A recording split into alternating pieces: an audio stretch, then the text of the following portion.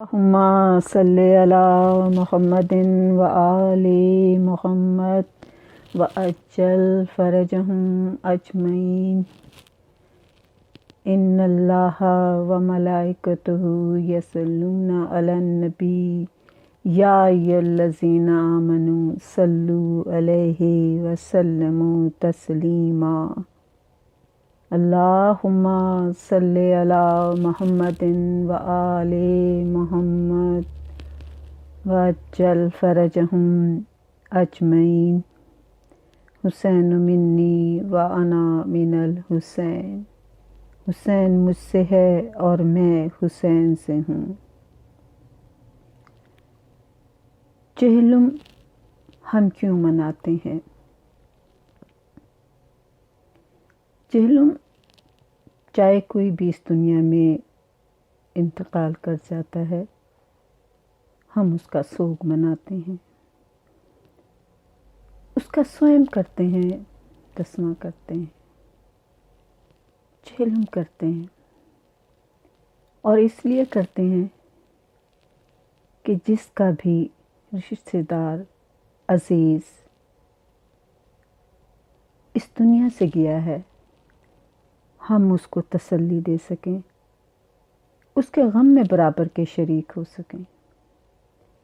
اور اسی لیے جب کسی کا انتقال ہوتا ہے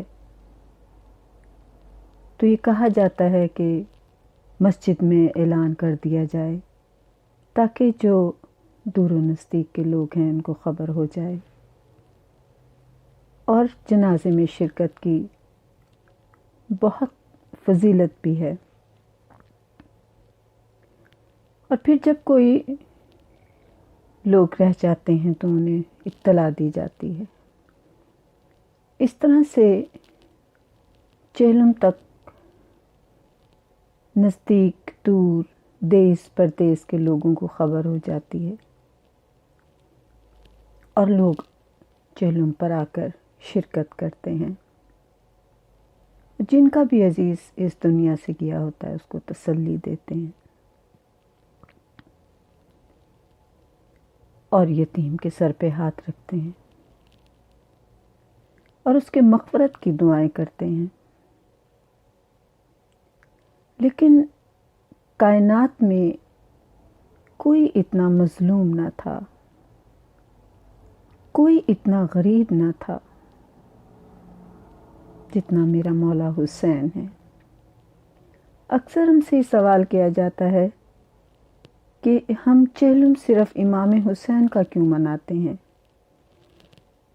اور بھی ائمہ اس دنیا سے گئے ہیں، ان کا چہلم کیوں نہیں مناتے؟ تو اس کا جواب یہ ہے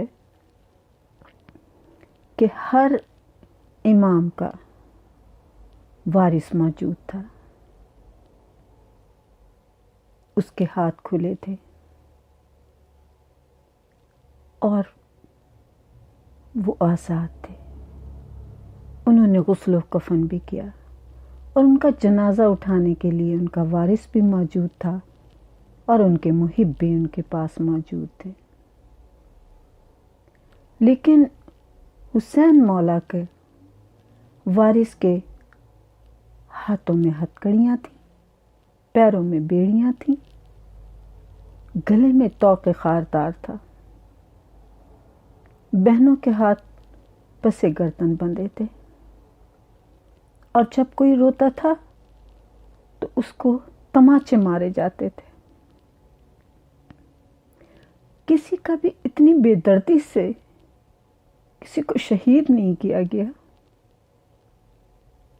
میرے رسول نے کہا ہے کہ اگر کسی جانور کو ذبح کرو تو دوسرا جانور سامنے نہ ہو، جب اس کی گردن پر چھری چلاؤ تو دوسرا جانور سامنے نہ ہو، اسے پانی پلا دو۔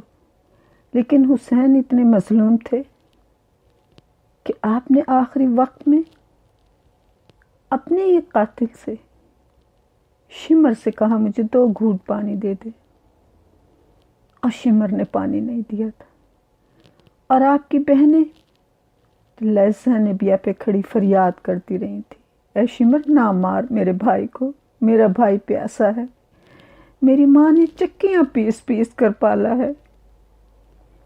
بہنوں کے سامنے بھائی کو، بیٹی کے سامنے باپ کو ذبح کر دیا۔ وہ حسین مظلوم تھا کہ جس کے وارث کو ہتکڑیوں، بیڑیوں، طوق میں گرفتار کیا گیا۔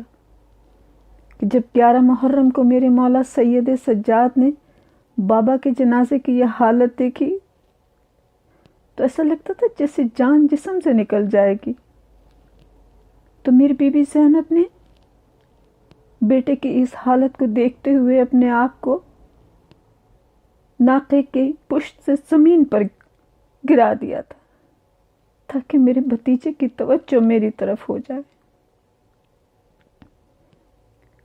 اس لیے ہم حسین کا چہلم مناتے ہیں کہ حسین کے وارث کو طوق و زنجیر میں گرفتار کر دیا تھا اور 1 سال تک گرفتار رکھا،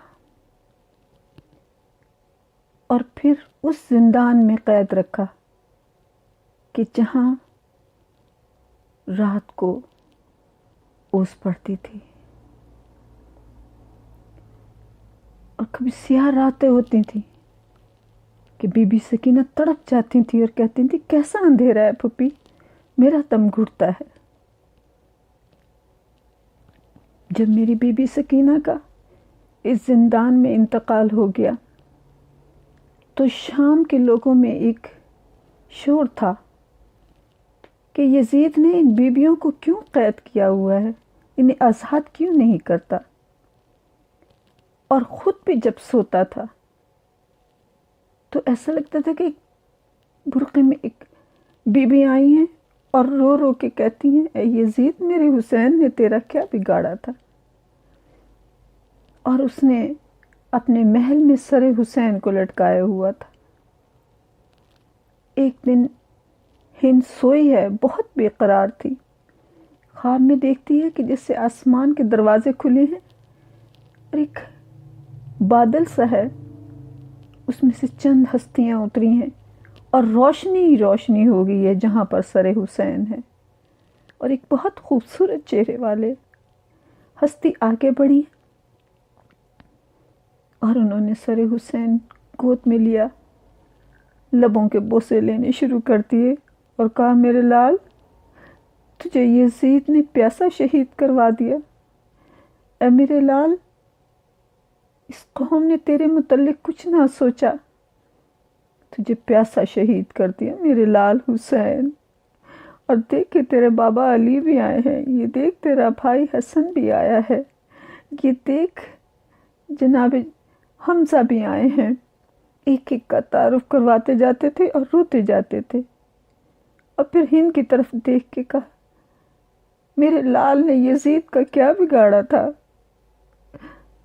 یزید نے کیوں اتنا ظلم کیا۔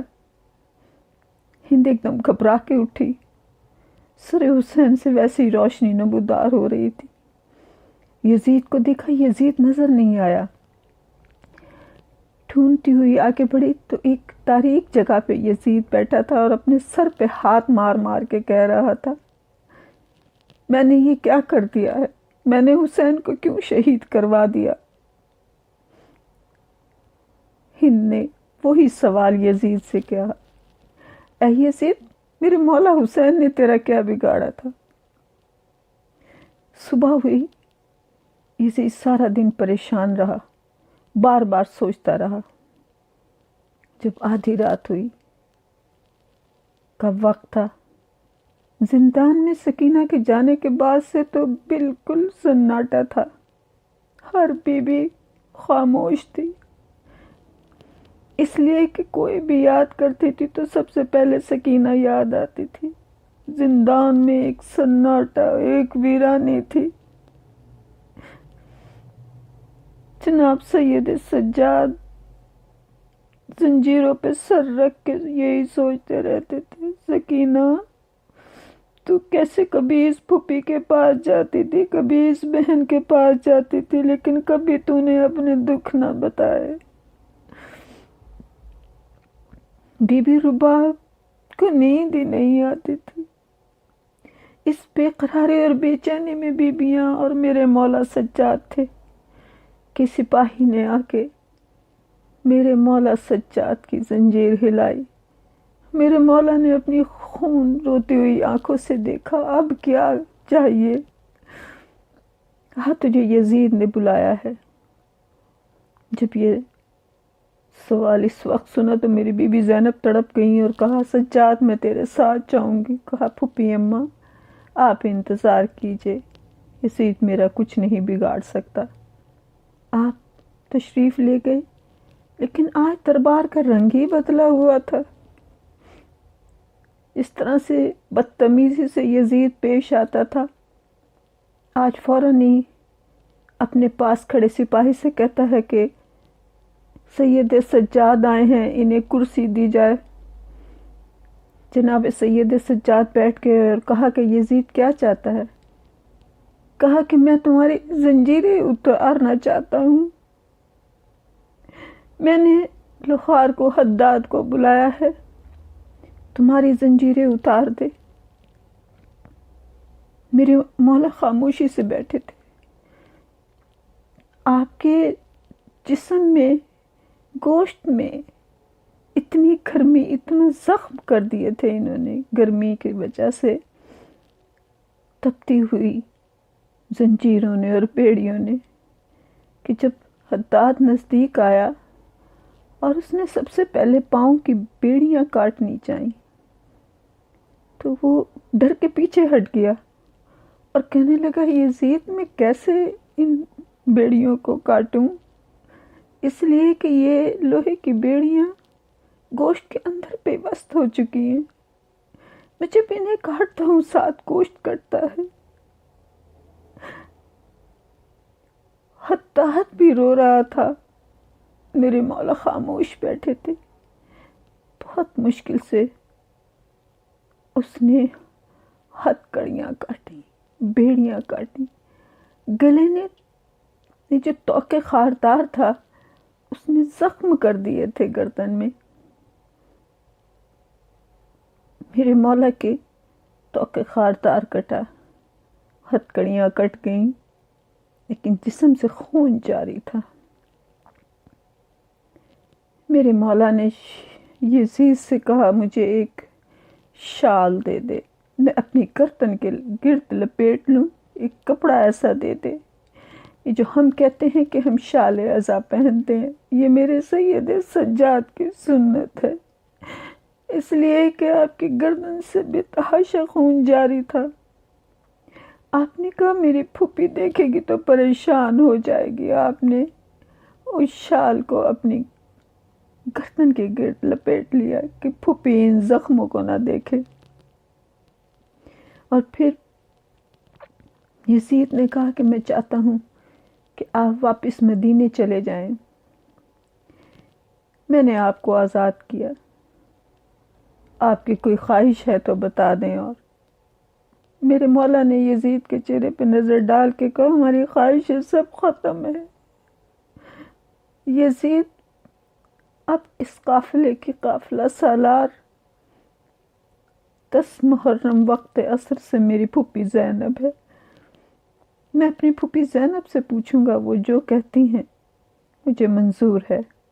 کہنے لگا نہیں، آپ اگر شام میں رہنا چاہتے ہیں تو شام میں رہیں، اگر مدینہ جانا چاہتے ہیں تو مدینے چلے جائیں۔ کہا میں پھوپھی زینب سے پوچھ کے بتاؤں گا۔ جتنی دیر میرے مولا دربار یزید میں رہے میری بی بی زینب کو چین نہیں تھا۔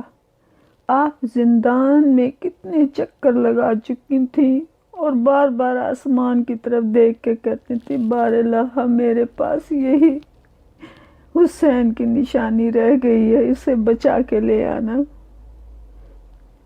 میرے مولا سید سجاد زندان میں آئے، جناب زینب نے بڑھ کے بیٹے کو گلے لگایا، دیکھا زنجیریں نہیں ہیں، ہتکڑیاں نہیں ہیں، بیڑیاں نہیں ہیں، لیکن میرے مولا کے پیروں سے خون جاری ہے، پنڈلیوں سے خون جاری ہے۔ کہا بیٹا یہ شال کیسے گردن میں ہے؟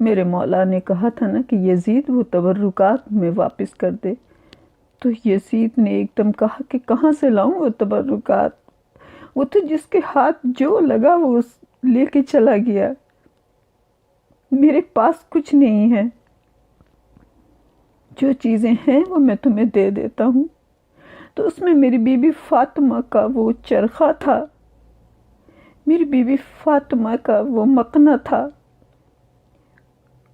اور پھر وہ کٹھڑی لا کر جب سپاہی نے دی اور میری بی بی کھولنے لگی تو ان میں سے چادریں نکلی، جنہیں دیکھ دیکھ کے بی بی زینب تڑپنے لگی۔ ہر بی بی کو اس کی چادر واپس کی، لیکن ایک چھوٹی سی چادر جب نکلی تو پورے گھر میں قیامت کی فضا تھی، سب رو رو کے کہہ رہے تھے سکینہ، ہائے سکینہ۔ پھر میری بی بی نے کچھ اور چیزیں کھولی تو اس میں سکینہ کی لٹی ہوئی بالیاں نکلی۔ جناب رباب کو دے کے کہا کہ یہ نشانی میری سکینہ کی اپنے پاس رکھ لینا۔ یہ وہ جناب رباب ہے نا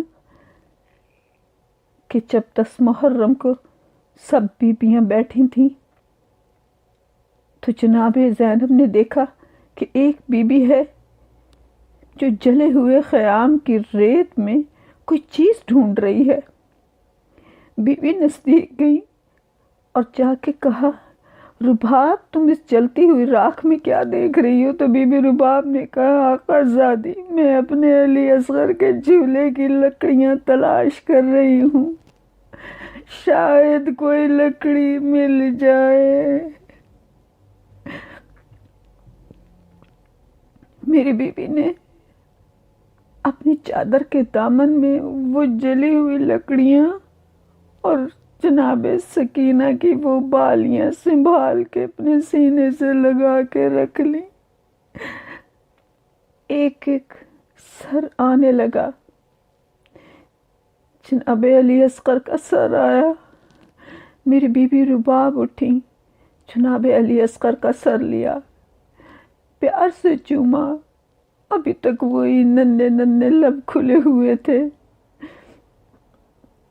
پھر اس کے بعد جناب قاسم کا سر آیا، جناب ام فروا آگے بڑھی، جناب علی اکبر کا سر آیا، جناب ام لیلہ آگے بڑھی، اور پھر ایک دم سپاہی نے کہا کہ اب سید الشہداء امام حسین علیہ السلام کا سر آ رہا ہے۔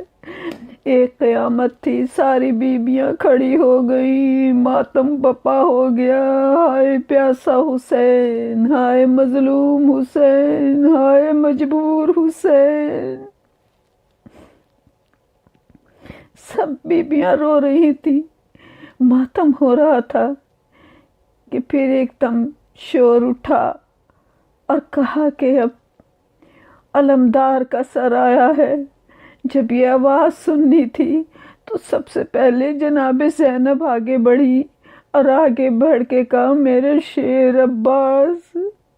جیسے ہی بی بی نے سر کو گود میں لیا، ایک قیامت تھی زندان میں، ہر بی بی یہ کہتی تھی عباس تیرے جانے کے بعد ہم پہ بڑے ظلم ہوئے ہیں۔ ماتم بپا تھا، شام والیاں بھی رو رہی تھیں اور بیبیاں بھی رو رہی تھیں۔ میری بی بی نے ایک مسند بچھائی اور پھر جناب حسین کا امامہ لیا اور نزدیک گئی جناب سید سجاد کے اور کہا سجاد، جب کسی کا باپ مر جاتا ہے تو وہ وارث ہوتا ہے، اس کو پرسہ دیا جاتا ہے۔ اے سجاد میں تجھے تیرے بابا کا پرسہ دینے آئی ہوں۔ بی بی روتی جاتی تھی، میرے مولا سجاد رو رہے تھے۔ 3 دن تک شام میں گریہ و بکا کی مجلس ہوتی رہی۔ جو بیبیاں آتی تھیں، میری بی بی زینب کبھی مولا حسین کا حال سناتی تھی، شہادت کا حال سناتی تھی، کبھی جناب قاسم کا حال، کبھی جناب علی اکبر کا حال سناتی تھی۔ تیسرے دن میرے مولا سید سجاد نے کہا، پھوپھی اماں، ہماریاں یزید نے بھیج دی ہیں، اب ہمیں واپس جانا ہے۔ جب میری بیوی باہر نکلی تو آپ نے دیکھا کہ بہت خوبصورت سجی ہوئی ریشم کے پردوں والی الماریاں کھڑی تھیں۔ آپ نے کہا، یزید سے کہو کہ مجھے سیاہ پردے والی الماریاں چاہیے، میں اپنے بھائی کی عزادار ہوں، میں جہاں سے گزروں عزادار حسین بن کے گزروں۔ یزید نے فوراً سیاہ الماریوں کے پردے سیاہ ڈلوا دیے۔ سب بیبیاں رخصت ہونے لگیں تو کہا کہ ہمیں جناب سکینہ کی قبر پہ جانا ہے۔ سب بیبیاں ودا ہو گئیں۔ جناب سکینہ کی قبر سے جناب زینب جناب سکینہ کی قبر پہ گئیں اور آپ جا کے لپٹ گئیں اور کہا، سکینہ، پھوپھی جا رہی ہے میری لاڈلی، لیکن میں تجھ سے وعدہ کرتی ہوں سکینہ، میں واپس آؤں گی، میں تجھے اکیلا نہیں چھوڑوں گی۔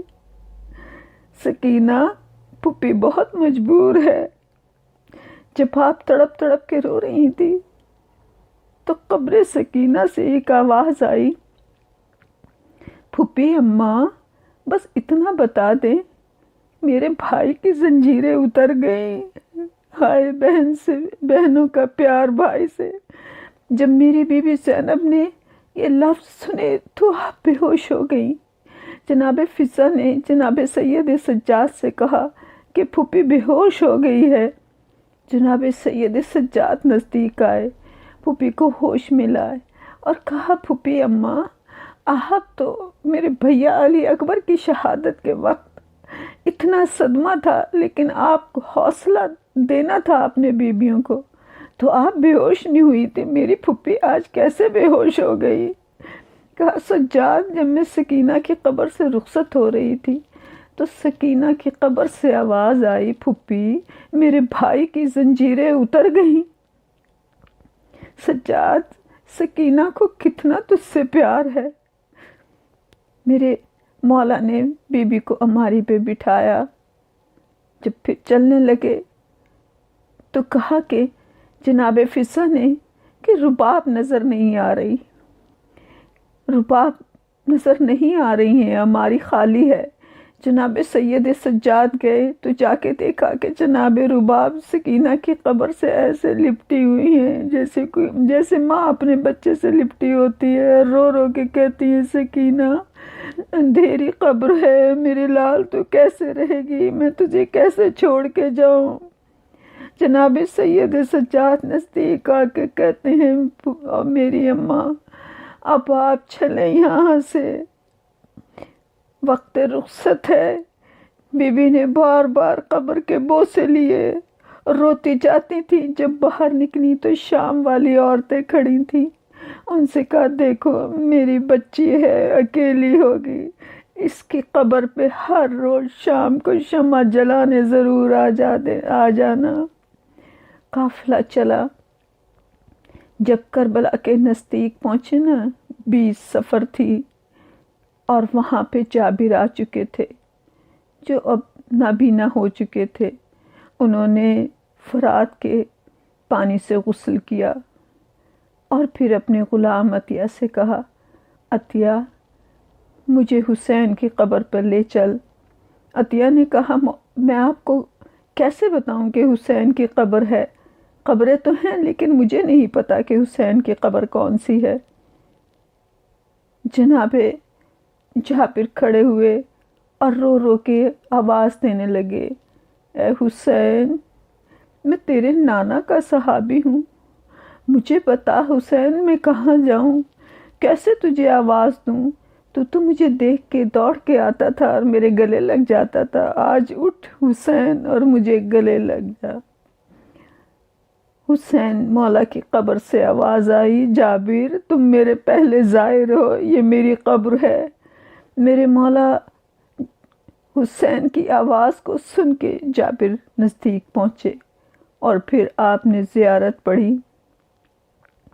السلام علیکہ یا ابا عبداللہ، السلام علیکہ یا ابن رسول اللہ، السلام علیکہ ابن امیر المومنین، السلام علیکہ ابن فاطمۃ الزہرا سیدۃ النساء العالمین۔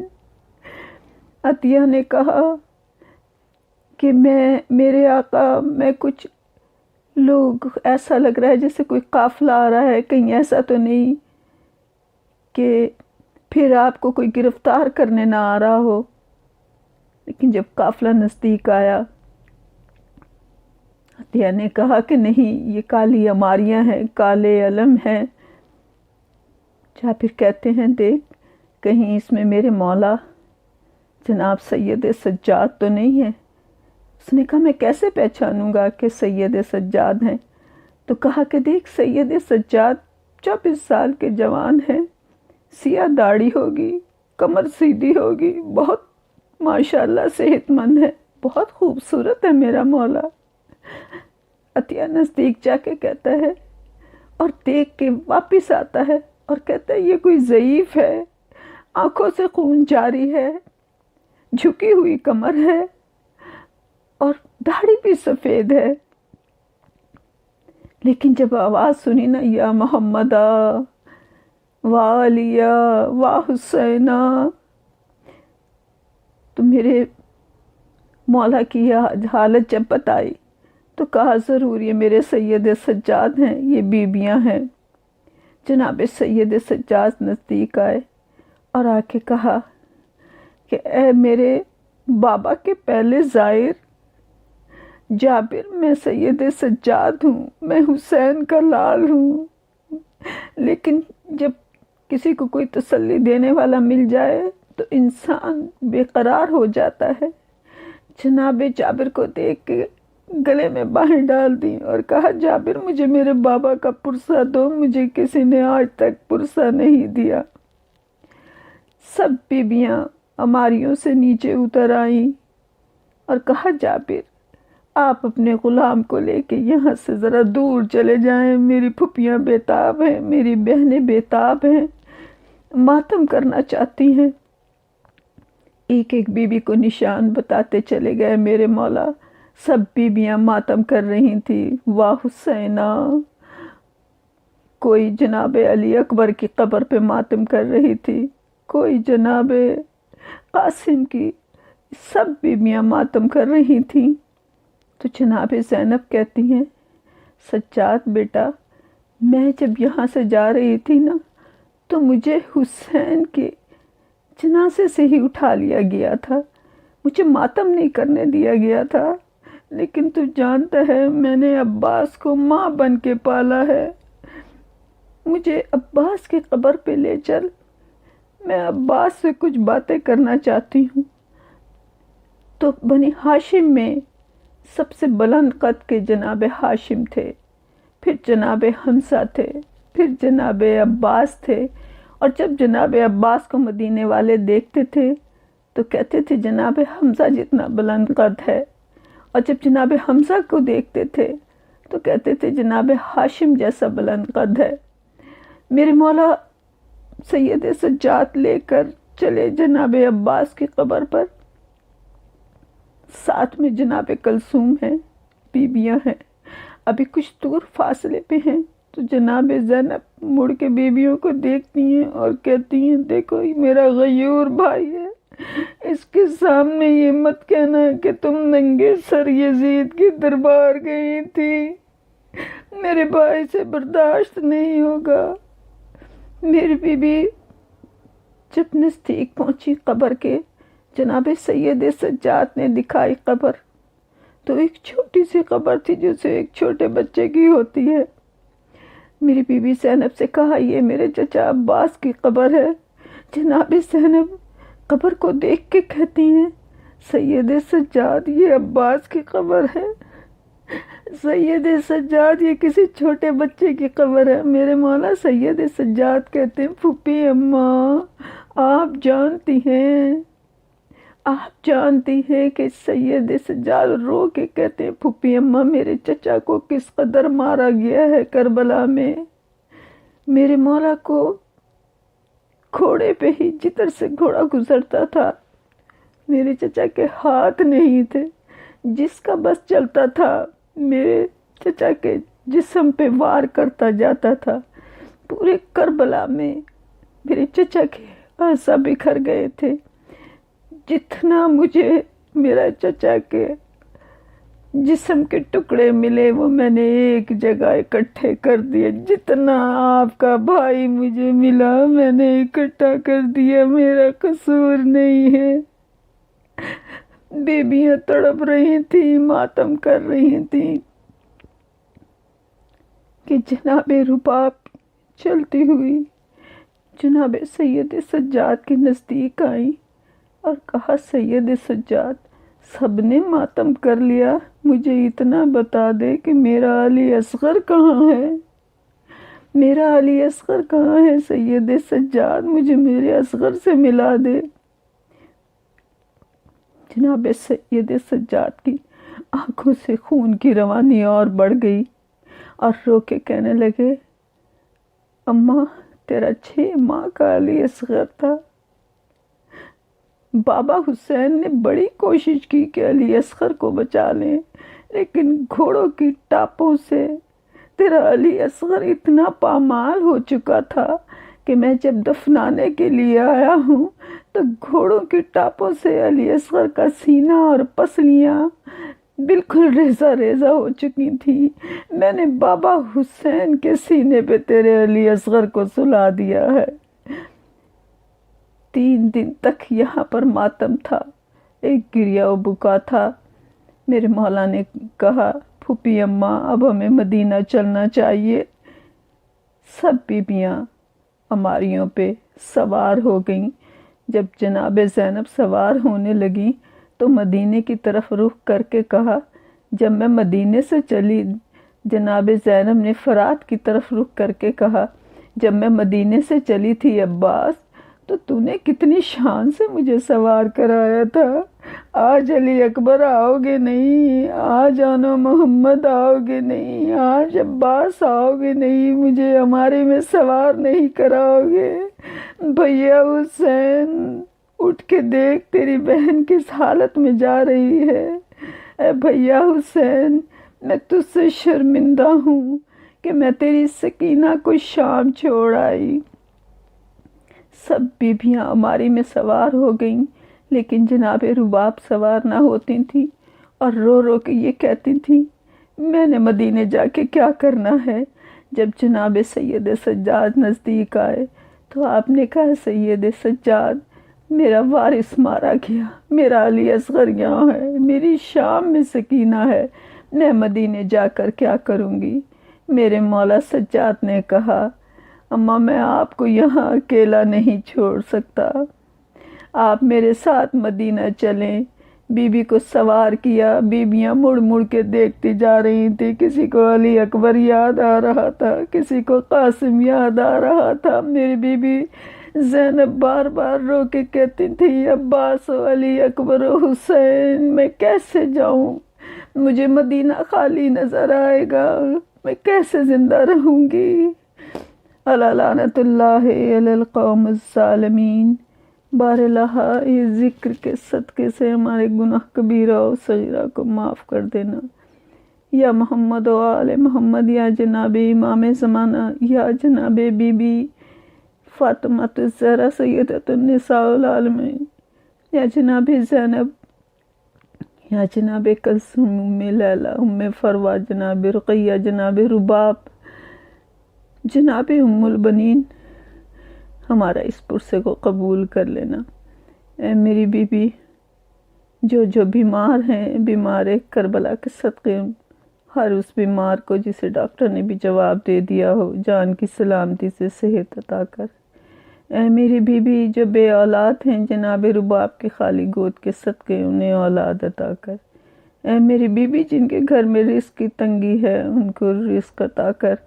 اے میری بیوی جو مقروض ہے ان کے قرضے ادا کر۔ اے میری بیوی جو یتیم ہے ان کی حفاظت کر، یتیمان مسلم کا صدقہ۔ اے میری بیوی جو ماں اپنے بچیوں کی شادیوں کے لیے پریشان ہے انہیں نیک بھر نیک گھر دے۔ اے میری بیوی ہمارے گناہ کبیرہ و صغیرہ کو معاف کر دے، جو عاقبت ہماری بخیر کر دے اور میرے امام زمانہ کا جلد ظہور ہو جائے۔ ہماری اس عبادت کو قبول کر لینا۔ اللہم صلی علی محمد و آل محمد وعجل فرجہم اجمعین۔ اللہم